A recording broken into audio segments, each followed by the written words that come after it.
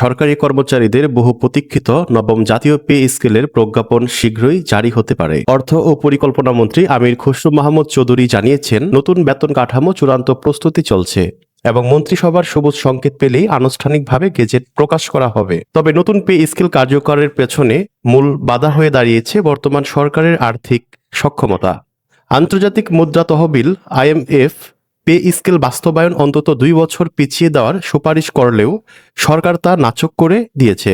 অর্থ বিভাগ সূত্রে জানা গেছে, আগামী অক্টোবরে অনুষ্ঠেয় IMF এর বার্ষিক সভার আগেই নতুন এই বেতন কাঠামো কার্যকর করার লক্ষ্য নিয়ে কাজ দ্রুত এগিয়ে নেওয়া হচ্ছে।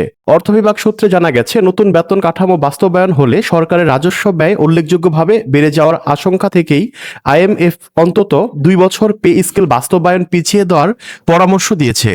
সংস্থাটির মতে এতে বাজেট ঘাটতি ও মূল্যস্ফীতির উপর অতিরিক্ত চাপ তৈরি হতে পারে। তবে সরকার IMF এর এই পরামর্শ গ্রহণ করেনি। সম্প্রতি প্রধানমন্ত্রীর কার্যালয়ে অনুষ্ঠিত এক উচ্চ পর্যায়ের বৈঠকে নতুন পে স্কেলের আর্থিক প্রভাব, বাজেট সক্ষমতা ও বাস্তবায়ন কৌশল নিয়ে বিস্তারিত আলোচনা হয়। বৈঠকে প্রধানমন্ত্রী তারেক রহমান নতুন পে স্কেল বাস্তবায়নের নীতিগত সিদ্ধান্ত বহাল রেখে প্রয়োজনে ধাপে ধাপে তা বাস্তবায়নের বিষয় নিয়ে কাজ করার নির্দেশনা দেন।